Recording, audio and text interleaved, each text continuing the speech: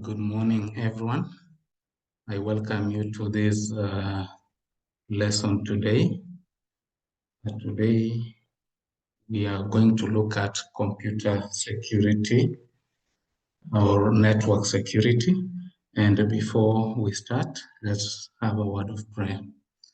Our dear loving Father in heaven, as we begin this lesson, we pray that you may begin with us, give us knowledge and understanding, to be able to understand all that we are going to learn in this lesson today. For this is our prayer. In Jesus' name we pray. Amen. So today we are going to look at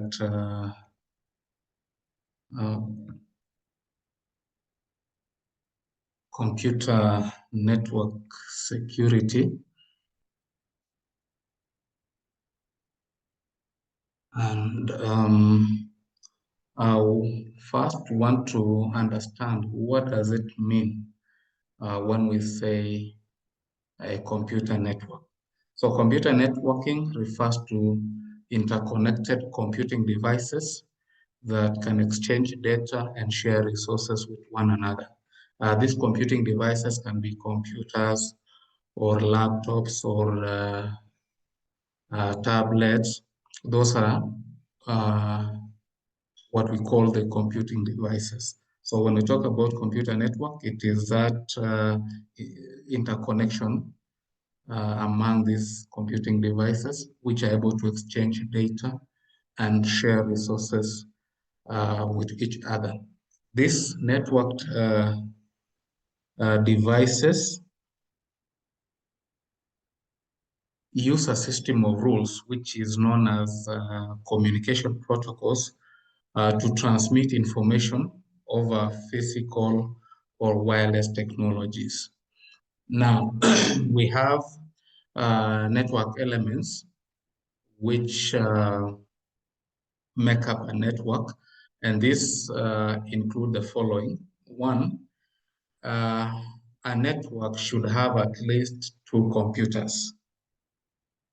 Then number 2, transmission medium, which is either a wired medium or a wireless medium. And then the third element of networking should have protocols or rules that govern communication. And then the fourth one is the network software, such as network operating system. These are the 4 elements or components that make up a network. Now let's look at characteristics of computer networks. One is connectivity. The primary purpose of a computer network is to enable devices to communicate with one another or with each other. Now, connectivity is established through a variety of ways, such as wired and wireless technologies, which include Ethernet cables, Wi-Fi, and Bluetooth. Those are technologies which are involved when it comes to connectivity. So that is one. The second characteristic of computer networks is scalability.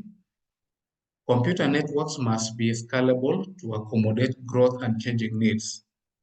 So in other words, it should be able to be scaled up to accommodate the growth and changing needs in a network. As the number of devices and users on the network increase, then the network must be able to handle the additional traffic and data. So that is what we call scalability. The third characteristic is security. Computer networks are vulnerable to security threats such as hacking, viruses, and even data breaches. So security measures such as firewalls, encryption, and user authentication are essential to protect network resources and data. Number 4 is reliability. Computer networks must be reliable to ensure that data and resources are always available when needed. And therefore, redundancy and backup systems can help to ensure that the network remains operational even in an event of failure. The fifth characteristic is performance. The performance of a computer network is determined by factors such as bandwidth. Now, when we talk about bandwidth, this is the maximum rate of data transfer across a given path. That is what is known as bandwidth. So bandwidth is one of the factors which affect performance. The second factor is latency. Now, latency is the delay before a transfer of data begins following an instruction for its transfer. So that delay is known as latency, and that is the second factor. And then the third factor is throughput, which is the amount of data moved successfully from one place to another in a given time period. So these factors affect the speed and responsiveness of the network and can impact the user experience. So performance is one of the characteristics of a network. Then the sixth one is standards and protocols. Computer networks rely on standards and protocols to ensure that devices can communicate with each other. And we have standards such as TCP/IP and Ethernet. And also we have protocols such as HTTP and SMTP, which are used to ensure that interoperability there is interoperability between devices and networks. So these standards and protocols are part of the characteristics of a network. Then we have the seventh one, which is management and administration. Computer networks require all ongoing management and also administration to ensure that they continue to function properly. And this includes tasks such as monitoring the network performance, configuring network devices, and also troubleshooting when there is a problem. All these come under what we call the management and administration. So that is characteristic number 7. Now let's look at the uses of computer networks. What is the use of these networks? One is communicating using email, videos, or even instant messaging. So computer networks facilitates this communication. Number 2 is sharing devices such as printers and scanners, among others. So a network ensures that these devices can be shared among different users. In other words, these devices can be connected to a number of users, which now facilitates that sharing. Then it also facilitates sharing of files. And then the fourth use is sharing software and operating programs on remote systems. That is another work of computer networks. And then the fifth one is allowing network users to easily access and maintain information. These are the 5 uses of computer networks. Now let's look at the different types of computer networks. We have about 5 types. The first one is PAN, then LAN, then CAN, then MAN, and then WAN. We are going to look at each of these types one by one. So we'll begin with the first one, which is a personal area network. In short, is known as PAN. Now, PAN is the most basic type of computer network. This network is restrained to a single person. That is, communication between the computer devices is centered only on an individual's workspace. That's why it is known as personal area network. Now, this PAN offers a network range of 1 to 100 meters from a person to a device providing communication. So the range is 100 meters. Its transmission speed is very high with very easy maintenance and very low cost. And this personal area network uses now Bluetooth technology. And examples of this personal area network is the USB. We have computers, phones, tablets, printers, among others. These are examples of the personal area network. So you can see in this image here, it demonstrates the personal area network.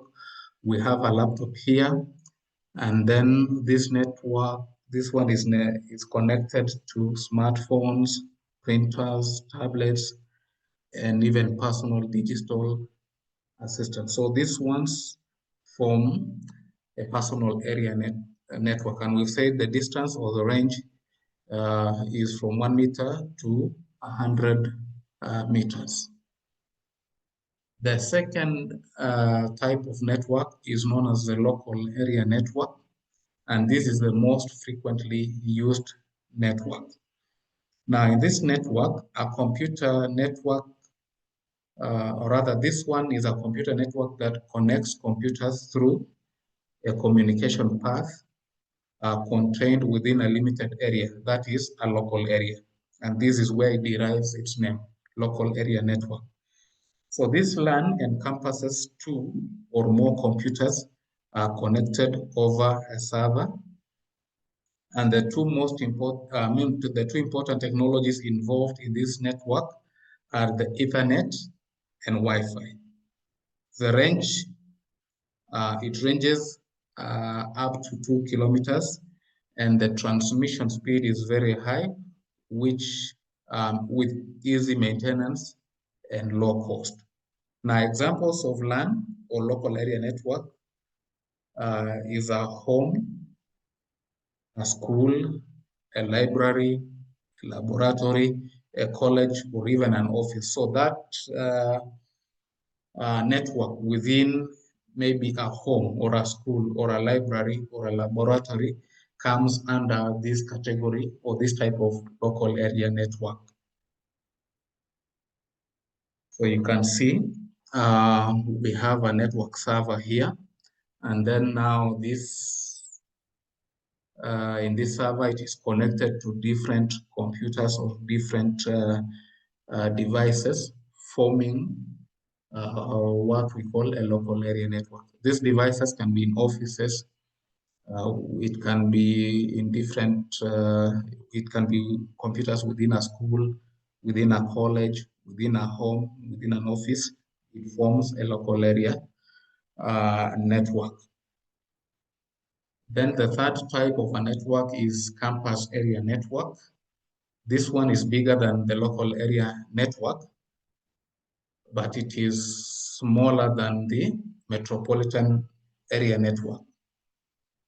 Now, this is a type of computer network that is usually used in places like a school or college. That is why it is known as campus area network.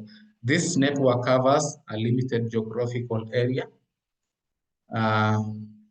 It spreads across several buildings within a campus.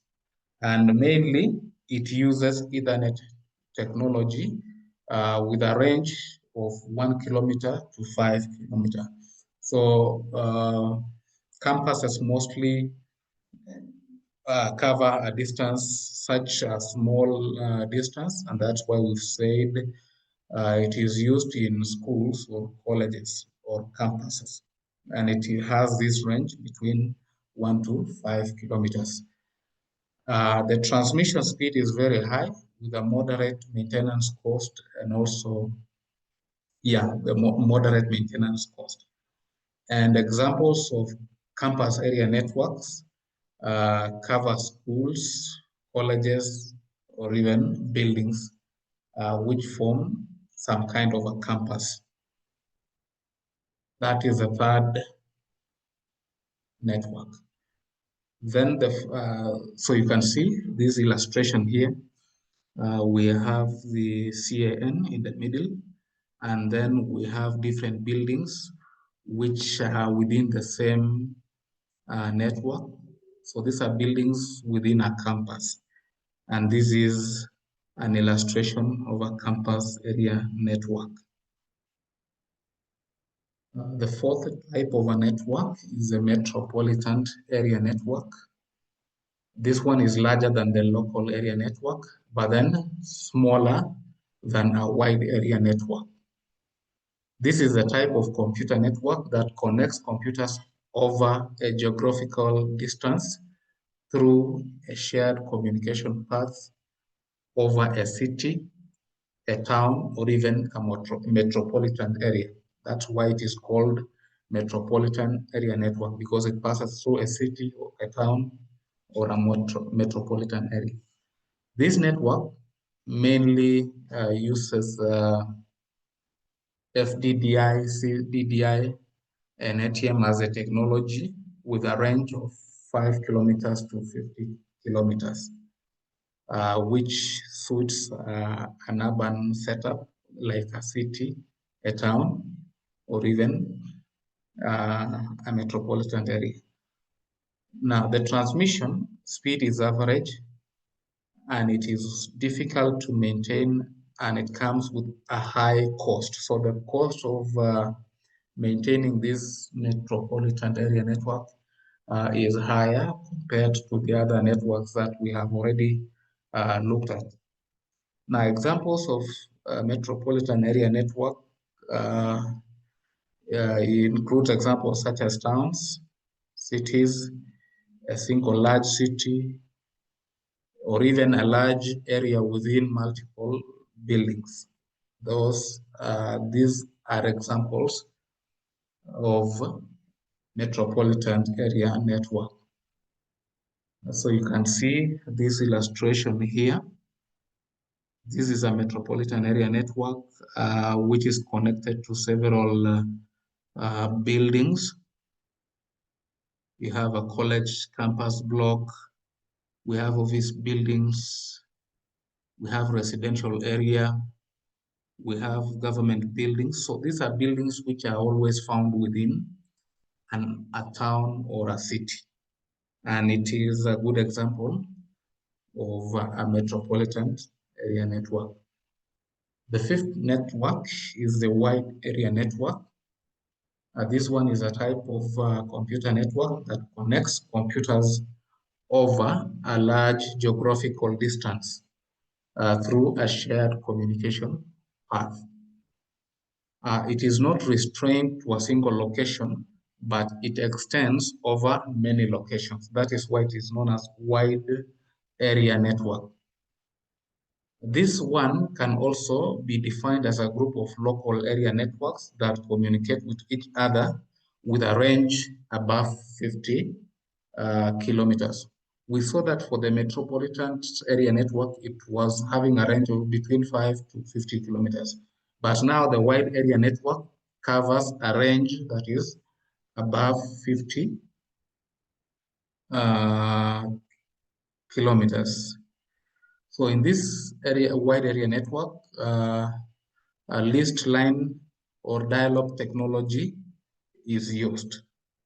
And its transmission speed is very low, and it comes with very high maintenance cost. And a very good example of a wide area network is the internet, because this one covers a huge range of above 50 kilometers. So that network is known as the wide area network. So you can see it is actually a collection of local area networks, which when put together, they now form a wide area network. You can see local area networks here, local area network, local area network. Now, these are in different locations, and we say the range is above 50 kilometers. It covers a range above 50 kilometers. So those are the 5 main types of networks. Now let's look at network topology. When we talk about network topology. This is the arrangement of a network, and it comprises nodes and connecting lines via a sender and receiver. So this arrangement is known as network topology. The arrangement of a network which comprises or that comprises nodes and connecting lines via sender and receiver. And we have various network topologies. There are about 7. The first one is point-to-point topology. And the second one is mesh topology. Third, star topology. The fourth is the bus topology. Then the fifth is the ring topology. The sixth is the tree topology. And the seventh is the hybrid topology. We are going to look at each of these topologies one by one in detail. So let's begin with the first one, which is the point-to-point topology. Now, the point-to-point topology is a type of topology that works on the functionality of the sender and receiver.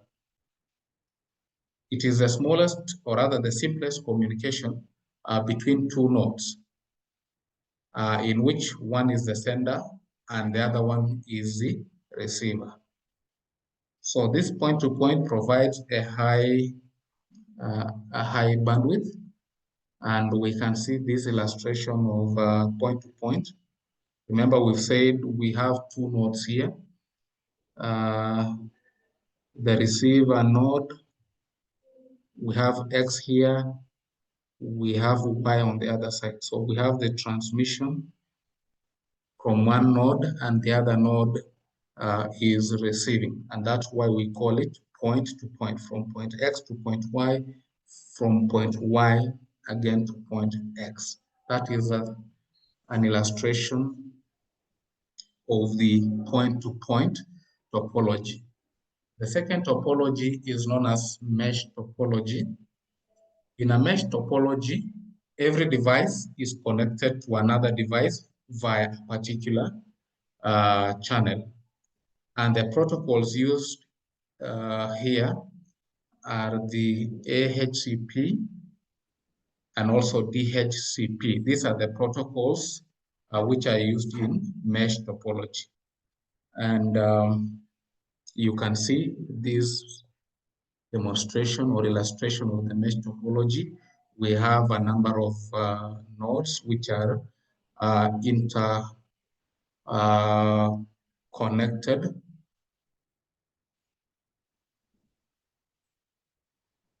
And in that figure that you've seen, we have the devices are connected via dedicated channels, which are known as links. So these are links, and these devices are connected via these channels or these links that you're able to see here. All these are links connected to these different devices. So the advantages of this mesh topology. What are its advantages and disadvantages? Let's begin with advantages.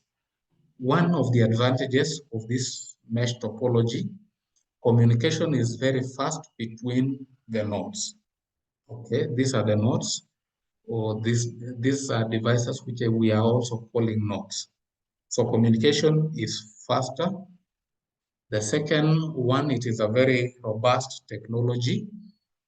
The third one, the fault is diagnosed easily. If there is a fault in this topology, it can be diagnosed easily. Data is reliable because data is transferred among the devices through dedicated channels or links, and therefore, if there is any problem, it can easily be diagnosed. The fourth advantage, it provides security and also privacy. Now, what about its drawbacks or disadvantages? We have three. The first one, installation and configuration is difficult. So it is not an easy task installing and configuring this network or this mesh topology. The second one, the cost of cables is high as bulk wiring is required.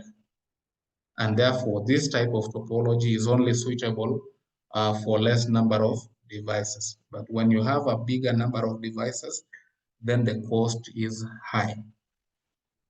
The third disadvantage is also the cost of maintenance is high. So these are the three disadvantages of mesh topology. Now, the third topology is known as the star topology. In the star topology, all the devices are connected to a single hub through a cable. And this hub is the central node, and all other nodes are connected to the central node. So this hub is actually a central node, and all other nodes are connected to this central node, and this central node is also known as a hub. Now, this hub can be passive in nature. In other words, not an intelligent hub, such as the broadcasting devices. At the same time, the hub can be intelligent or also known as an active hub. So active hubs have repeaters in them, and coaxial cables, RJ45 cables, are used to connect the computer. So this star topology, many popular Ethernet LAN protocols are used in this star topology. So we can see this is an illustration of the star. You can see the hub, which is a central node. Then we have these other nodes, which we are calling system 1, 2, 3, 4. All these are nodes connected to this central node, forming a star shape. And that's why it is known as a star topology. Now, what are the advantages of this star topology? One, if n devices are connected to each other in a star topology, then the number of cables required to connect them is n. And so it is easy to set up. For example, if you have 4 devices in this star topology, then it means you need 4 cables to connect to this in this topology. You can see we have 4 nodes connected to the hub. So in this case, it means we require 4 cables in this particular topology. So that is one of the advantages. It is easy to set up because of the direct relationship between the number of devices and the cables required. Number 2, each device only requires only one port in order to connect to the hub. Therefore, the total number of ports required is n. So if you have 4 devices, then it means you require 4 ports to connect to the hub.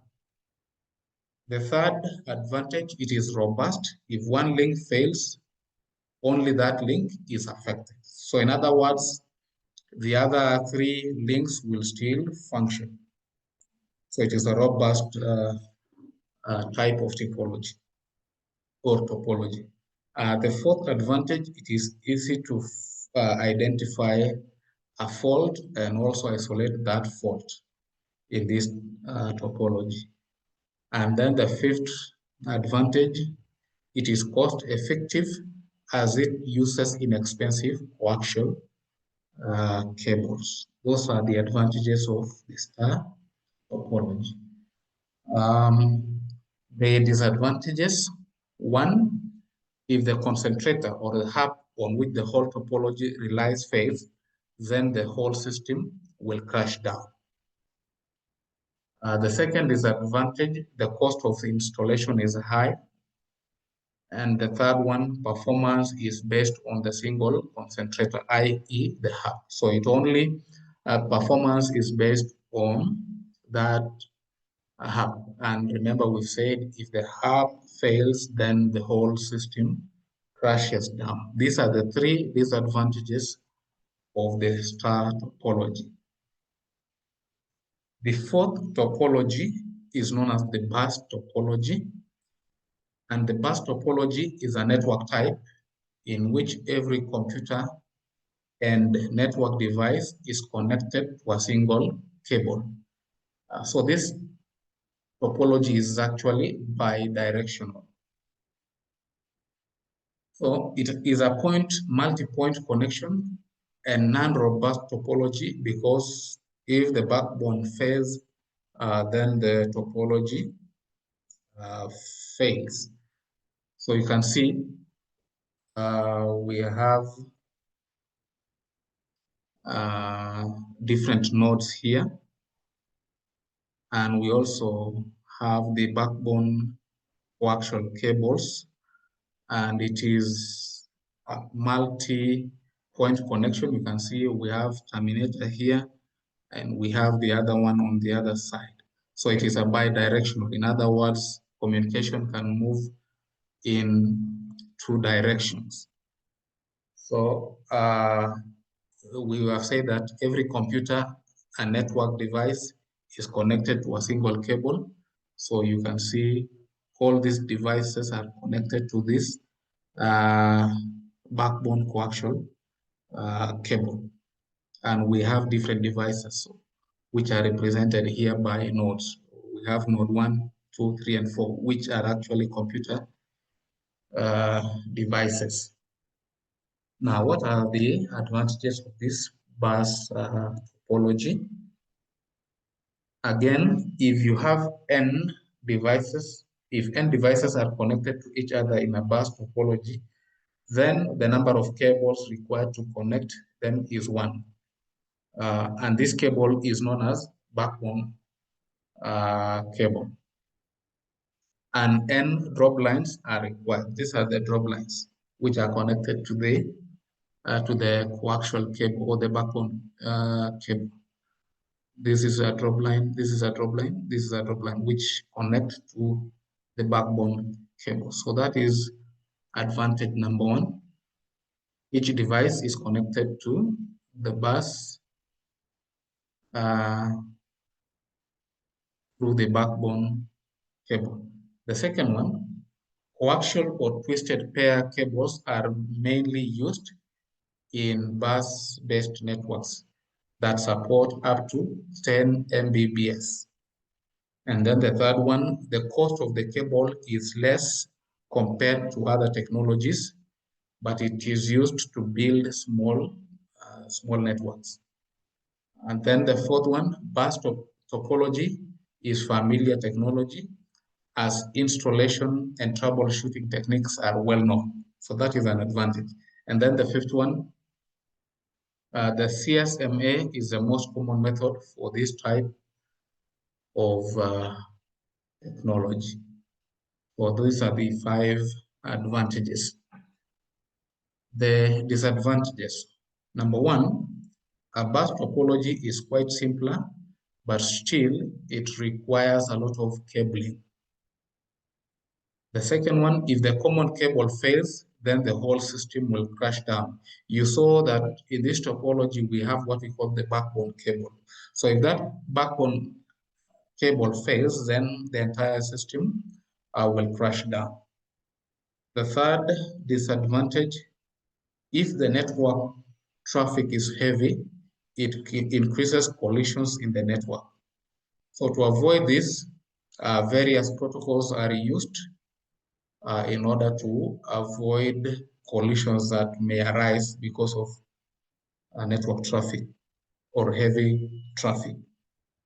The fourth disadvantage, adding new devices to the network would slow down the networks. And then the fifth one, security is very low. These are the disadvantages of the bus topology. The fifth topology is known as the ring topology. Now, in a ring topology, it forms a ring connecting devices with exactly two neighboring devices. Again, a number of repeaters are used for ring topology with a large number of nodes. Because if someone wants to send some data to the last node in the ring topology with 100 nodes, then the data will have to pass through 99 nodes to reach the 100th node. Hence, to prevent data loss, repeaters are used in this network. Another thing, the data flows in one direction. In other words, it is unidirectional, but it can be made bidirectional by having two connections between each network node, and this is now called dual ring topology. So when it is bidirectional, then in that case, it is now known as the dual ring topology. Otherwise, if it is just or rather unidirectional, it is just simply ring topology. So in ring topology, the token ring passing protocol is used by the workstations in order to be able to transmit the data. You can see this illustration of ring topology. It forms some kind of a ring, and we have different stations here.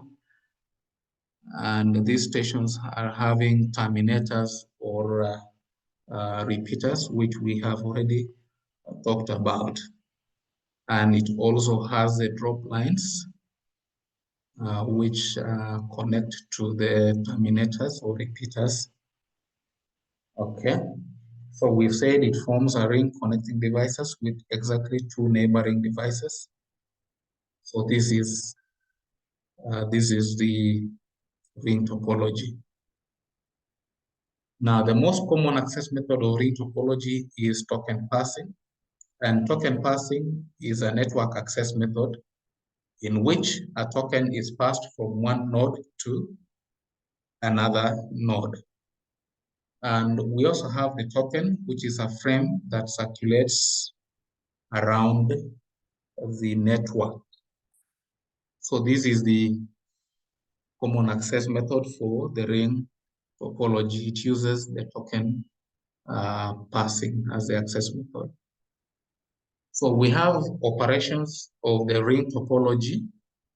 One of the operation, the first one station is known as a monitor station, which takes all the responsibility for performing operations. Number two, to transmit the data, the station has to hold the token. After the transmission is done, the token is to be released for other stations to use. The third one, when no station is transmitting the data, then the token will circulate in the ring. And then the fourth one, there are two types of token release techniques. The early token release releases the token just after transmitting the data. And then the second one, which is the delayed token release, releases the token after the acknowledgement is received from the receiver. So these are the operations which take place in this ring topology. What are its advantages? What are the advantages now of this ring topology? The first advantage, the data transmission is high speed. Then the second one, the possibility of collision is minimum in this type of topology. The third one, it is cheap to install and expand. And then the fourth one, it is less costly compared to the star topology. So the ring topology is a bit cheaper compared to the star topology. These are the four advantages that it has. Then the disadvantages, the first one, the failure of a single node in the network can cause the entire network to fail. So if there is a failure in one of the nodes, then the entire network can fail. The second one, troubleshooting is difficult in this topology. If there is a problem in the network, then it becomes difficult to troubleshoot in this type of topology. The third disadvantage, the addition of stations in between or the removal of stations can disturb the whole topology. So if you are to add a station or even remove a station, then that action would disturb the whole or the entire topology or network. And then the fourth one, it is less secure. These are the four disadvantages of the ring topology. The sixth topology is known as the tree topology. This is a topology which is actually the variation of the star topology. Now, it has a hierarchical flow of data, right? As you can see, it has a hierarchical flow of data. So we have the central hub, and then we have the secondary hub, which again is connected now to different systems, which actually forms some kind of a tree. The central hub, then the secondary hub, which is now connected to different systems. So it is in form of a tree, or it forms a tree shape. That's why it is known as a tree topology. And it has the following advantages. One, it allows more devices to be attached to a single central hub. As you can see, it allows a single device to be connected to the central hub. You can see different systems, and all these systems are connected in one way or the other to the central hub. So it allows more devices to be attached to a single central hub, and therefore it decreases the distance that is traveled by the signal to come to the devices. So if there is a signal, the distance that it moves in order to get into the devices is very short. The second advantage, it allows the network to get isolated and also prioritize different computers. So there is that isolation. You can be able to isolate and also prioritize different computers or systems, as you can see here. You can see these systems can be isolated, system 1, 2, 3, 3, 4, 5. Then you come to these other sites again, system 6, 7. So there is that kind of isolation of systems in the network. And then the third one, we can add new devices to an existing network. So if you wanted to add a device, it is easy in this type of tree topology. Then the fourth advantage, error detection and error correction are very easy in a tree topology. So if there is a problem in system number 3, for example, it can easily be detected and corrected. If there is a problem in system number 8, again, it can be easy to detect and to correct. So those are the 4 advantages of the tree topology. Let's now turn to its disadvantages. The first disadvantage of tree topology, if the central hub fails, then the entire system fails. If this hub, which is the central hub, this one here, if this one fails, then the entire system will fail. The second disadvantage, the cost is high because of cabling. So if you have many devices connected in this topology, it will require a lot of cables, and therefore the cost is high. Then the third disadvantage, if new devices are added, it becomes difficult to reconfigure. So if you add another device, then configuring the network or reconfiguring the network becomes difficult.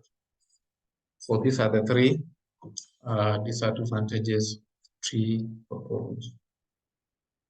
The last one is known as the hybrid topology. This one is a combination of all the various types of technologies that we have discussed. That's why it is known as hybrid. It is a combination of all those topologies. Now, this hybrid topology is used when the nodes are free to take any form. They are actually able to take any of the forms that we have discussed. So this means it can be individuals such as ring or star topology can be a combination of various types of topologies as seen above. In other words, these different topologies that we've seen can be used in this hybrid topology. So in this, each individual topology uses the protocol that has been discussed earlier. If it is, for example, a ring topology or topology, it will use the protocol that we saw. If it is a star topology, it will use the protocol that we saw. So that's why we are saying each individual topology uses the protocol that is respective to that topology. So look at this illustration here. We have here, we have a star topology being connected to a ring topology. Now, when these two different topologies are used, it forms what is known as the hybrid topology. Okay. So now let's look at its advantages.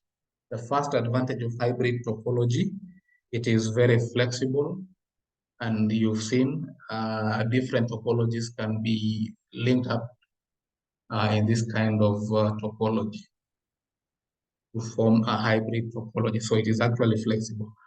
The second one, the size of the network can be easily expanded by adding new devices. So it is possible to add devices in this topology, therefore increasing the size of the network. Its disadvantages, the first one, it is challenging to design the architecture of the hybrid network. Number two, the hubs used in this topology are very expensive. And then the last one, the infrastructure cost is very high, as a hybrid network requires a lot of cabling and network devices. So that is the last disadvantage of the hybrid network. Now let's look at generally now advantages of computer networks. What are the advantages and disadvantages of computer networks? We've seen the different types of networks. We've seen the different types of topologies. Now, what are the advantages generally of computer networks? So the first one is central storage of data. In this, files are stored on a central storage database, which helps to easily access the data, and the data becomes available to everyone. So that's the first, the first advantage. The second one is connectivity.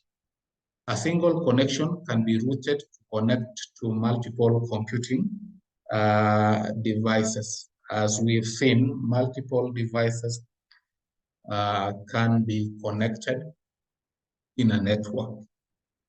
The third one is sharing of files. Files and data can easily be shared among multiple devices, which helps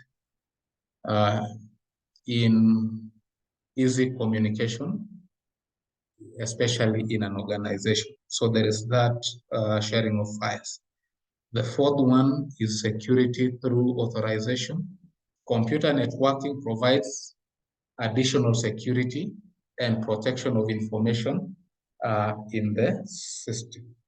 So someone cannot just access data without proper authorization.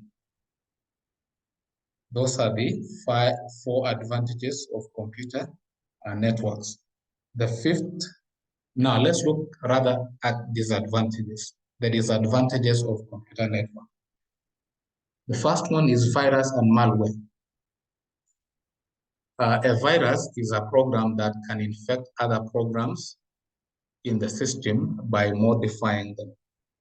So if viruses and malware can attack a network, then the whole network would be corrupted. Viruses and malware can corrupt the whole network. So that is the first disadvantage. The second one is the high cost of setup. The initial setup of computer networking is expensive because it consists of a lot of wires and cables along with the devices, and all those need to be purchased. So the initial setup cost is high. The third disadvantage is loss of information. In case of a system failure, that failure can lead to data loss. If the system crashes, for example, then some data might be lost in the process. The fourth one, management of network. The management of the network is a bit complex for a person, and it requires training for someone to be able to properly manage the network. Because we've said the network management is complex.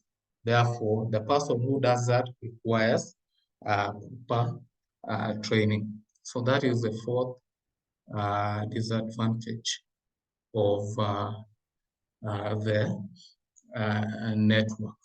So in our lesson today, we have seen the different types of networks that we have. We have also seen the different topologies of computer networks, and we have seen the advantages and disadvantages of computer networks. And this brings us to the end of today's lesson.